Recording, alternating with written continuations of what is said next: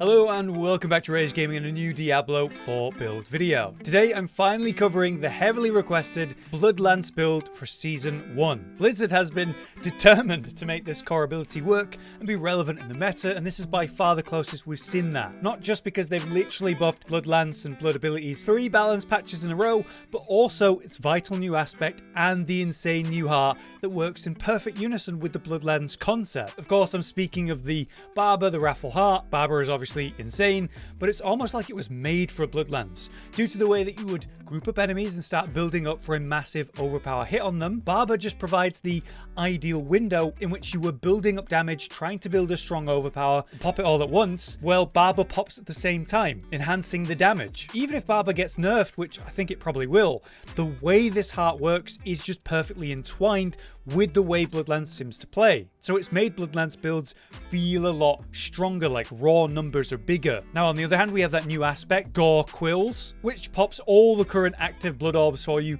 meaning you don't have to manually run over to them to pick them up, get the buffs, the healing and so on. But hey, then the blood orbs actually turn into more Blood Lances, shooting out at targets, dealing reduced damage, but that means nothing to Overpower. Overpower has never felt more competitive than now as well, with the nerfs to crit and vulnerable damage being so recent. It is foolish still to suggest that, crit and vulnerable aren't better than Overpower. They are. It's just that Overpower has relatively never been more competitive than now. In that campfire chat for 1.1.1, they did highlight that they're going to continue to make these types of damage more equal. So Overpower relative to everything else is actually going to get stronger in the near future. But basically, as you can see with this build, I'm able to push higher tiers, like tier 70s while at level 80. This build should then have a strong chance at tier 100s once you're actually high enough level to pursue that. Compared to before, it feels more consistent and more impactful. Way bigger numbers, sure, but the gameplay is simply smoother thanks to that new aspect and obviously Barber. It all ties perfectly in with the raw survivability of blood builds due to all the healing and overhealing and fortify that comes with that. Is it a perfect build? Is it competitive with Bone Spear finally? No, it still struggles in true single target fights, meaning longer final bosses, especially in higher nightmare dungeons. It still takes a moment to get going, setting up a pack pull and then blasting them with that setup required. Obviously Bone Spear just hits harder and instantly and is higher single target DPS, but it is better than ever, and not only that, it's feeling really good. I would recommend the build now at this point, especially for its unique and fun playstyle, but also because it's just feeling a lot stronger. We'll begin with the skill tree as always. I'm just going to scroll down so you can pause and check where I spent any points if you want to, but let's get into it. To begin with, we have our basic Hemorrhage, which has a 20% chance to form blood orbs, which is very important to this build. When you enhance this, every time you pick up a blood orb, it turns Hemorrhage into a sort of mini AoE, generating more essence per target hit, which is really nice. With Acolyte's Hemorrhage, we also gain some attack speed, which is vital for this build, which we're going to talk about as we go through this. But yeah, very good basic, very effective. Then we come to our core ability, where we have one single point into Blood Lance, because the basis of Overpower is only on the rank 1 version of the ability. So even if we level Blood Lance, it's not going to improve the power of Overpower because it's only based on rank 1 of this ability. However, you see I get 4 item contributions from my gloves, which I'll explain later, but you only need to spend 1 point here. We'll enhance it, of course, and go for Supernatural Blood Lance, which was buffed semi-recently to only require 6 Blood Lances to get a guaranteed Overpower. Then we have our passives, which is kind of weird. As you can see, I have 3 out of 3 in Unliving Energy.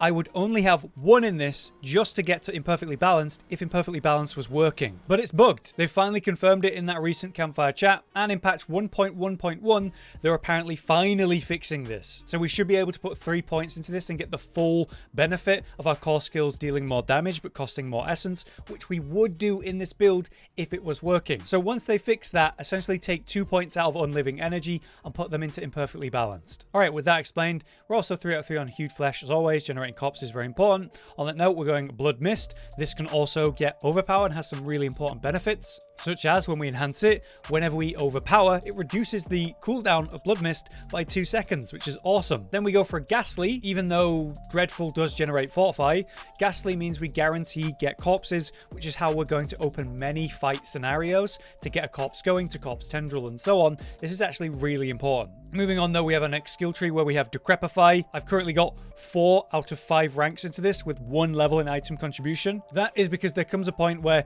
you've got leftover points, and I feel Decrepify is the best place to spend them. The more you level Decrepify, the more you actually slow enemies with it. It actually stacks up really high. You see that 53.5% slow, and also the more you level it, the more damage reduction you get. So nearly 25% damage reduction, up from 20. That's very good. As always though, we enhance it and go for Abhorrent to make it so we have a lucky chance to stun and reset our cooldowns by 1 second. It's a cursed skill, so we go for 3 out of 3 amplify damage to improve our damage to cursed enemies. And as always, Death's Embrace to reduce damage incoming from close enemies, as well as improving our own damage to close enemies. On the next tree, we have our passives, but first we'll mention Corpse Tendrils. Vital component to the build, as it's going to pull enemies in and stun them. When we enhance it, it'll also slow them, and with Blighted, it has a 35% chance to drop a blood orb when damaging any enemy. So in packs of enemies, you're going to generate a lot of blood orbs, which through our new aspect of Gorequill will generate more blood lances, which is awesome. For the passives though, we start with 1 level into Gruesome Mending, because we don't care about it really, just to get to Coalesce Blood. While healthy, your blood skills deal more damage.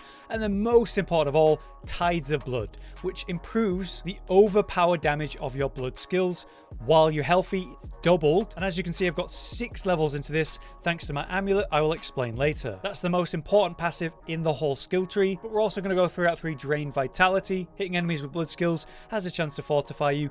Having Fortify increases your overpower damage, very important. Then we move on to the ultimate tree, where, yeah, we're going Bone Storm, not Blood Wave. Bone Storm provides us damage reduction. It also gives us crit chance, which, if you didn't realize, Barber needs a crit before it will actually activate. So this is actually really important. Even if crit doesn't really enhance overpower, it gets Barber going. We need that. We're also picking up 3 out of 3 Inspiring Leader. Again, attack speed is very important for the build to get more blood lances out. While healthy for 4 seconds, you just get 12% attack speed. And in this build, you want to be healthy all the time. Since it's a sacrifice build, we're of course going standalone for the damage reduction, Memento Mori for the improvements to the sacrifice bonuses. Lastly, our key passive is Rathma's Vigor. Every 12 seconds while healthy, we will get a guaranteed overpower. Absolutely brilliant for this build. Then we have our Book of the Dead. Firstly, Skeletal Warriors, as you should expect. We go for the Defenders, just to reduce incoming damage ever so. The Skeletal Mages, of course, we're going Bone. Your overpower damage will be increased by this, and largely by one of the aspects we're going to talk about in the gear section. This is one of the few ways we can majorly improve our overpower damage, so you've got to get that one. For the Golem, it is Blood. This massively improves your maximum life, and the more health you have, the more overpower damage you do.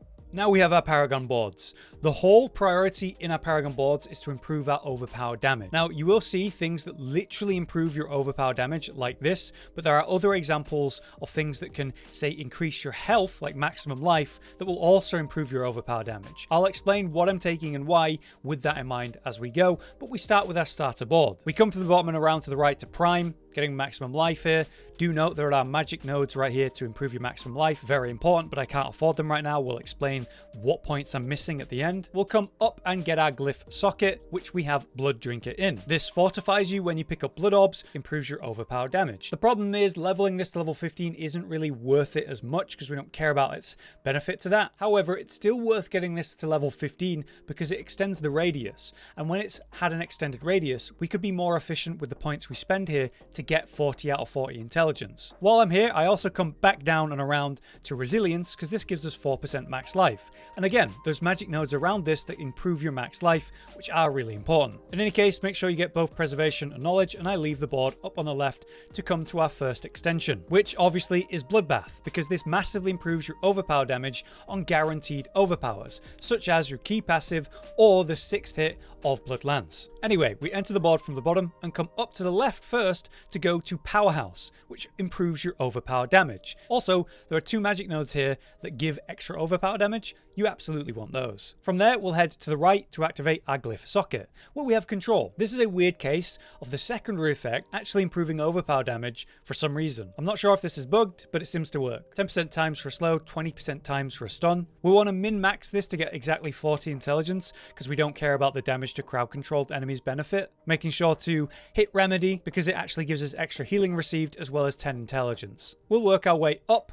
and then come around to the left to make sure we go get Thick Hide. Blade, which provides more max life. Again, there are important magic nodes here to improve our maximum life that you want to get following this path, working our way down and around to pick up Bloodbath. Once we've got that, we can leave the board to the right and go to our third board. This board is Blood Begets Blood, which I'm no longer picking up because, yeah, increased damage generally isn't good for us. It's not going to improve overpower damage, so it really doesn't matter. But as a board, it does have some really good nodes, such as aggression, that we want anyway. So we enter the board heading down to the right, hitting Invigorate on the way, and then going to the glyph, going under and around, making sure we're hitting Willpower because we've got Dominate in this glyph socket. This is a really important glyph. In fact, if you're running this build lower level than me, I want you to know that Dominate is the most important glyph. As you can see, it massively improves your overpower damage per willpower that you get around this glyph. So this is the most important glyph.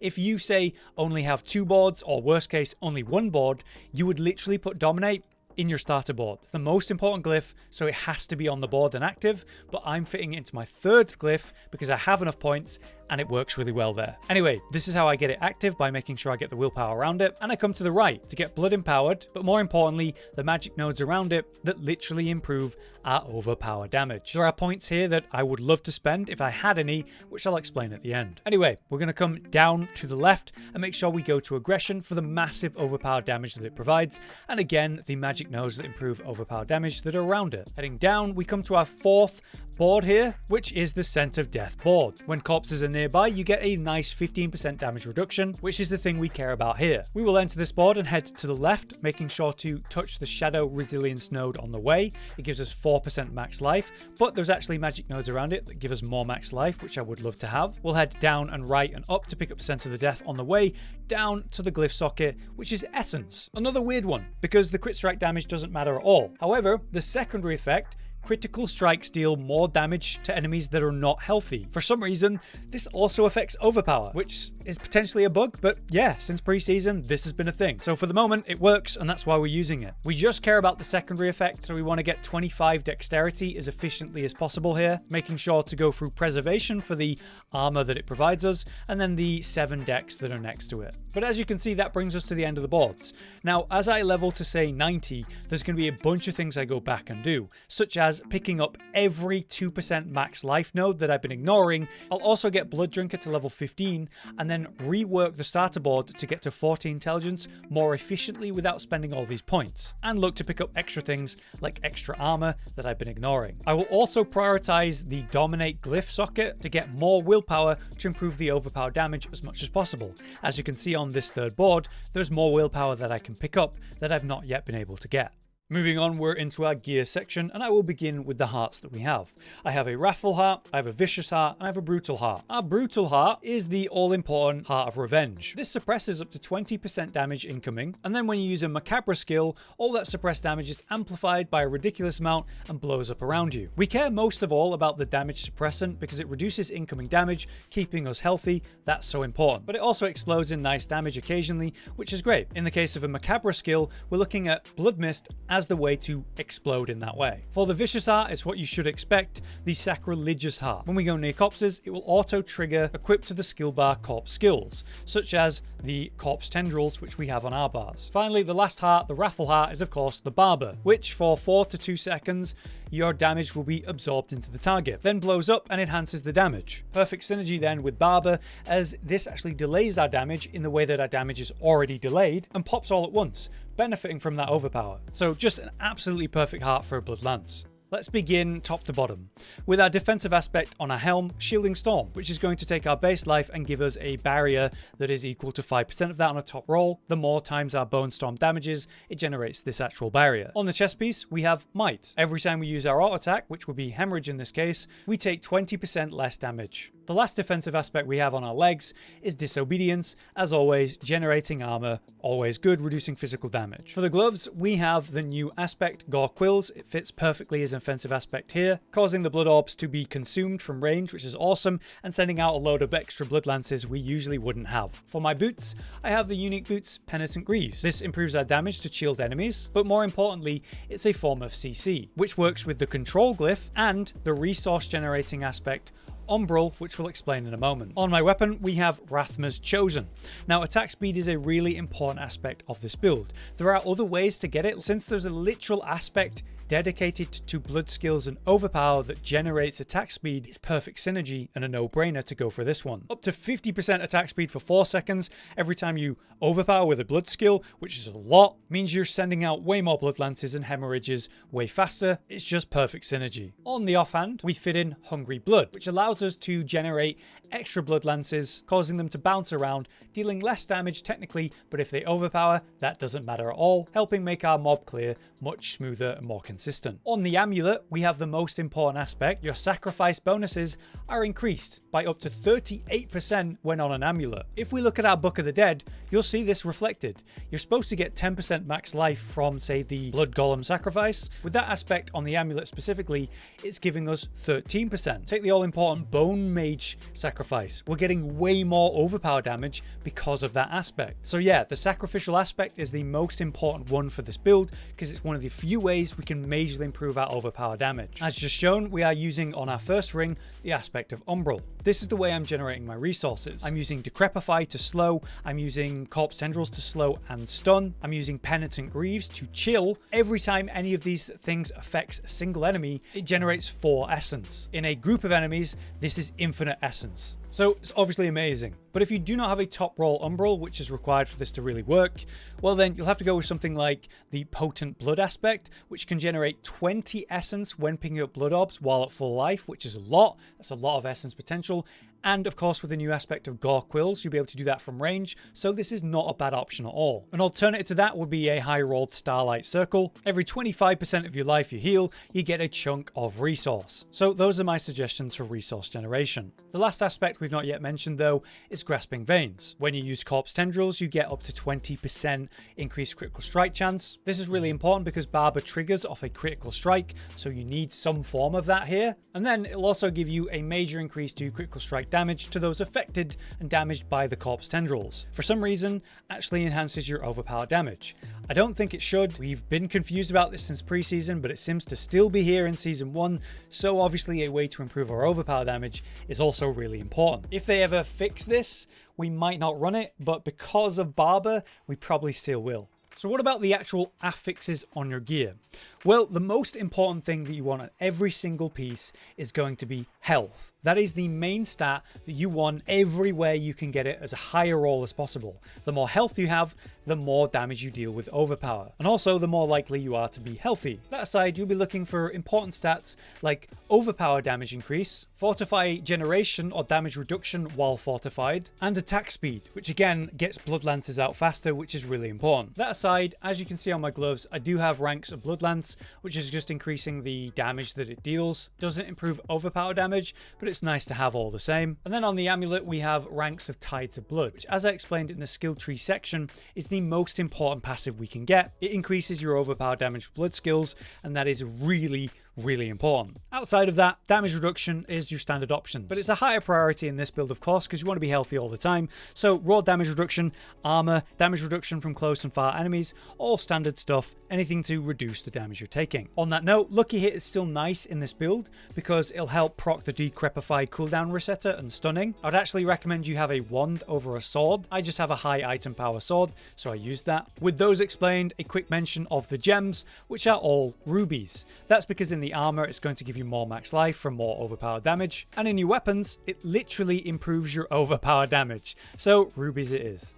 Now, before we go into the conclusion, I realized that I should explain how to play this build because it's quite unique. In fact, it's totally different to most other builds in the entire game. That's because you're going to be playing all around your guaranteed overpower of the 6th hit of your Blood Lance, and of course, Rathma's Vigor, the key passive, gets to 12 stacks after being healthy for that period of time. You can spend that guaranteed overpower on, say, Hemorrhage, especially when it's AoE after picking up a Blood Orb, or even Blood Mist as a AoE pop. As I mentioned, when you've suppressed damage and built that up, you can also use Blood Mist to pop the fire explosion of the Revenge Heart. So that works well with the guaranteed overpower, and sometimes I will kill a whole pack of enemies by just pressing Blood Mist, which is really fun. But here's how it works, right?